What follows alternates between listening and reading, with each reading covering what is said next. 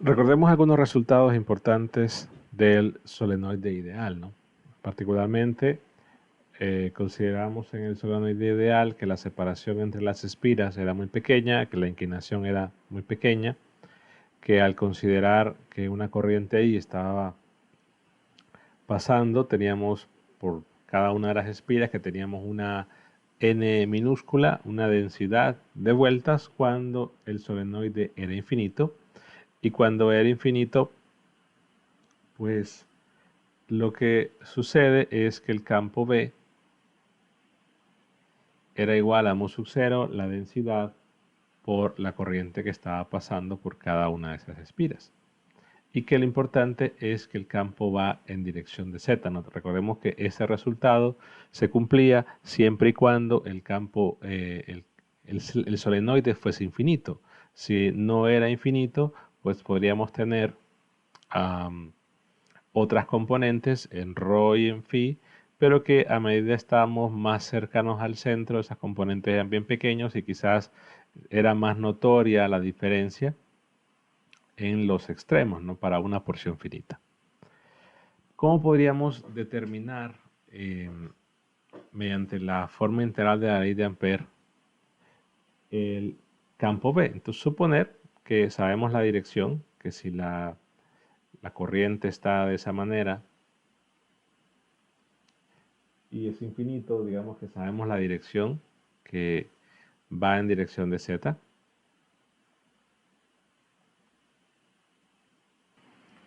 Y la componente va a depender de ρ. Digamos inicialmente de ρ, que no sepamos el resultado eh, dado en el ejercicio que está resuelto. Solo que podamos deducir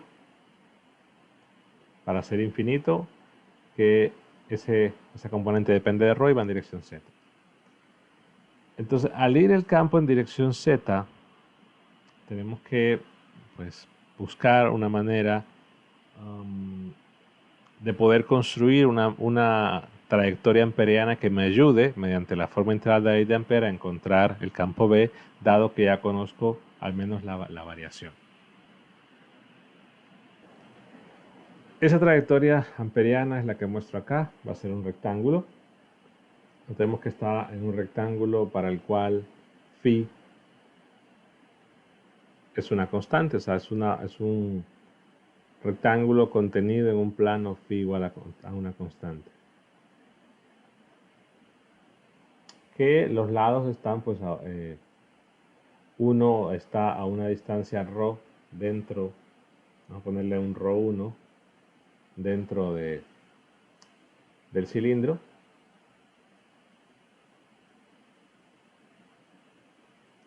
Y el otro está a una distancia ρ2 mayor que el radio del núcleo del solenoide. Consideremos que es un núcleo A.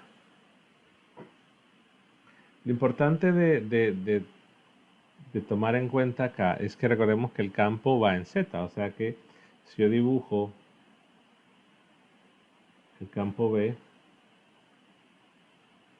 ya sea en cualquier lugar, ya sea dentro del solenoide o fuera, ya dijimos que el campo B va en Z.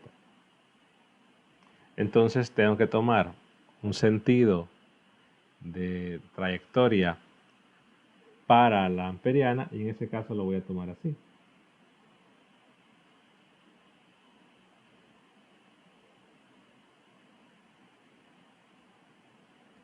Mi amperiana va a estar conformada por 4 tramos.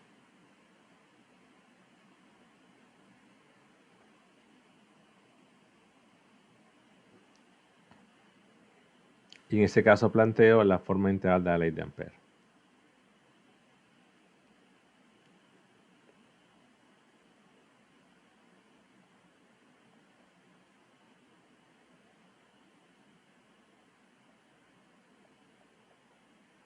Ahora voy a considerar que tiene una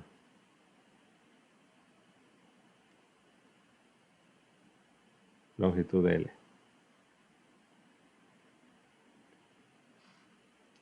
Entonces, notemos que como las líneas, en este caso verticales, son líneas para cual el ρ es constante, si todos los puntos acá ρ vale ρ1, todos los puntos acá ρ vale ρ2, y las otras líneas pues estamos en líneas para las cuales z es una constante. Pero el campo es perpendicular, o sea que si yo veo esa trayectoria en la primera parte que he tomado la línea así, pero que el campo B va hacia arriba, entonces el campo B tiene la misma dirección que el diferencial de área. En esta otra parte, déjenme ver, pero aquí lo puse al revés, la dirección. En esta otra parte que la dirección va así, el campo B es perpendicular, ¿no? Porque el campo B en Z, de igual forma en esta parte de abajo, el campo B es perpendicular porque va en Z, aunque aquí no lo parezca. Y en la otra, pues el campo B va en una dirección opuesta a la del diferencial de línea. Entonces, dado que el campo en la primera parte, digamos, voy a ponerle en 1 y 2, va en dirección a favor o opuesta a la trayectoria que he tomado, entonces en la parte 1, que es el tramo de acá, al depender de ρ, la componente del campo B, al depender de ρ, entonces es constante sobre esa porción y tiene la misma dirección que el diferencial. Por lo tanto, al hacer el producto punto en la curva 1, lo que me quedaría es B evaluada en ρ1, porque el ρ1 es constante, multiplicada por L. Y eso lo escribo acá. B evaluada en ρ1. Aquí tengo que hacer la aclaratoria, le puedo colocar un B1 al interior y un B2 al exterior. Pero eso lo voy a denotar después, multiplicada por L. Luego en el tramo 2, el campo B, vean que va en dirección opuesta al diferencial de línea. Por lo tanto, tendríamos ahí un integral de línea al resultado negativo. Entonces queda menos el campo B evaluado en un ρ2 por L, igual a mu sub 0 por la corriente encerrada. Ahora, ¿por qué no hay contribución? ¿O por qué no incluyo el resultado del tramo 3 y el tramo 4? Bueno, porque ahí el campo B es perpendicular al diferencial de línea, entonces al hacer el B punto de DR es 0. No hay entonces resultado en la integral de línea, no hay contribución a la integral de línea en el tramo 4, en el tramo 3, únicamente en el tramo 1 y 2. Y la corriente encerrada pues tiene que ser todo lo que está pasando por la amperiana, en este caso al pasar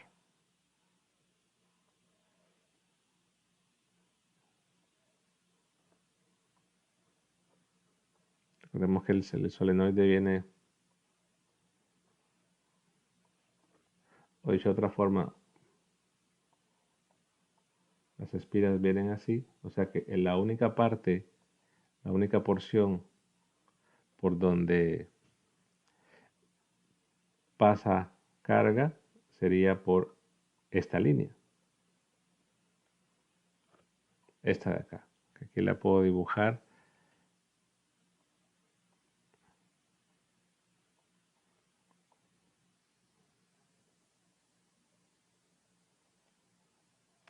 Es decir, es el único lado por donde está pasando carga. Entonces, ¿cuál es la corriente? Bueno, recordemos que hay una corriente I pasando en cada espira, que tengo una densidad n minúscula que me dice cuántas es la densidad de vueltas. Entonces, lo que tengo aquí es que en esta porción L tenemos n vueltas. el minúscula. Recordemos que el n minúscula, es decir, recordemos que n es el número de vueltas por unidad de longitud. O sea que si tengo una longitud L, el número de vueltas n mayúscula que tendría en esa parte de ahí es la multiplicación de n minúscula por L. O sea que este n mayúscula habla de cuántas vueltas tengo en esa porción L, que sería n minúscula por L. Entonces quiere decir que la corriente va a pasar, va a atravesar la, la curva que tengo en verde, es decir, va a ser el flujo en la amperiana, esa corriente I n veces, porque va a pasar n mayúscula veces. Por lo tanto sería I por n mayúscula, pero n mayúscula es n por L. Vemos entonces que se va. Y lo que me queda es un B evaluado en un ρ1, que es una constante, menos un B evaluado en un ρ2, que es una constante. Esto es igual a mu sub 0 I por N. Lo importante de esto es observar que, claro, estos son constantes, son el campo evaluado en ρ1 y evaluado en ρ2. No tengo una expresión, son las evaluaciones en dos puntos diferentes. Pero puedo llamar a este, como realmente el ρ1 es cualquier punto en el interior y el ρ2 es cualquier punto, vean que no importa qué tan grande o qué tan pequeño sea el ρ1 o ρ2, simplemente ρ1 tiene que ser menor que A y ρ2 tiene que ser mayor que A. Entonces le puedo llamar a este el B en el interior del solenoide, al otro le llamo el B en el exterior, y esto es igual a mu sub 0 I por N. Entonces, ¿cómo puedo encontrarla? Necesito otra ecuación para poder despejarlo, porque tengo el interior y el exterior, necesito una ecuación más. La situación del solenoide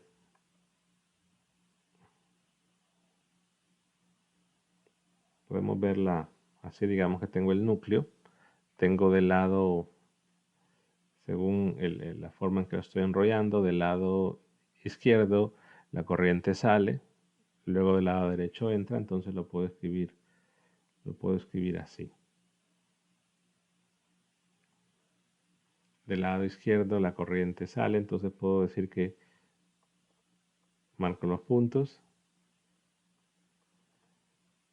De este lado está saliendo y de este lado está entrando.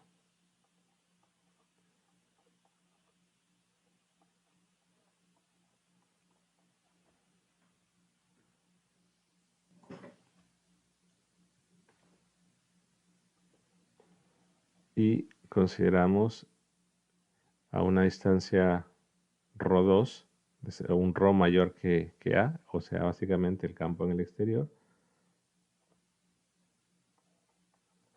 Pero notemos que ese ρ2 puede ser cualquier punto en el exterior, y como puede ser cualquier punto, lo que nos está diciendo es que el campo en el exterior del solenoide es una constante, en el interior es una constante, porque puede ser cualquier punto. Pero inclusive ese punto podría ser el infinito. Entonces, si ρ2 tiende a infinito, el valor que tenga el campo en el exterior, pues tendría que ser una constante, y es el mismo valor que tiene muy cercano del cilindro, pero fuera de él y en el infinito, dado que es una constante, por la arbitrariedad de ese ρ2.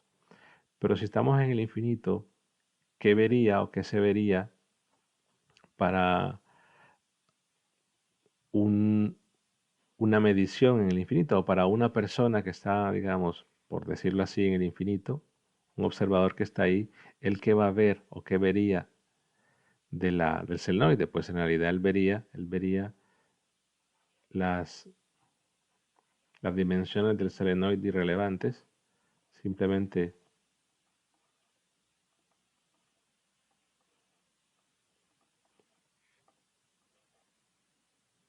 él no lo vería de forma circular, sino que solo vería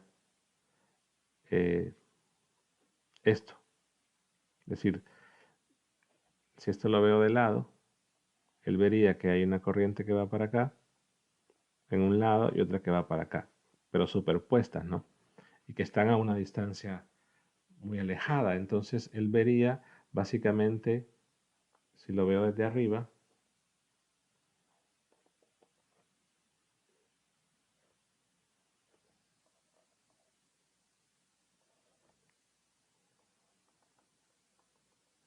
él vería esto. Dos líneas realmente de longitud muy pequeña que están a una distancia muy alejada. O otra forma de verlo, quizás que para quedar un poco más claro, es que inicialmente tenemos la carga moviéndose,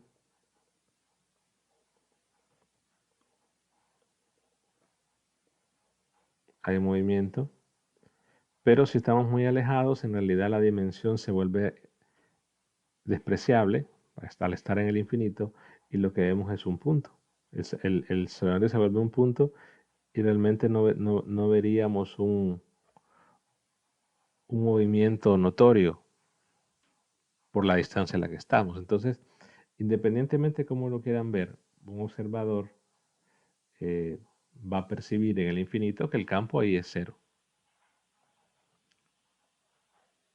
Ya sea porque no ve movimiento aparente, porque la dimensión del solenoide se vuelve eh, irrelevante, o porque lo ve como dos líneas muy pequeñas a una distancia muy lejana, entonces él ve que el campo es cero. Y como el campo es constante en el exterior, ese valor de cero sería el mismo en cualquier lugar en el exterior. Por lo tanto, fuera del solenoide infinito, este valor va a ser cero y el valor en el interior sería entonces mu sub 0 y por n en dirección z, que es el resultado pues, al que se había llegado inicialmente. Entonces, lo importante de aquí, de notar esto, es que, aunque hemos dicho que el campo B depende de ρ, vemos que la relación es realmente constante, que en todo punto en el interior y en el exterior el campo B va a ser constante, pero en el exterior, por el análisis que acabamos de hacer, que se puede ver de varias formas en realidad, podemos concluir que el campo B afuera es cero.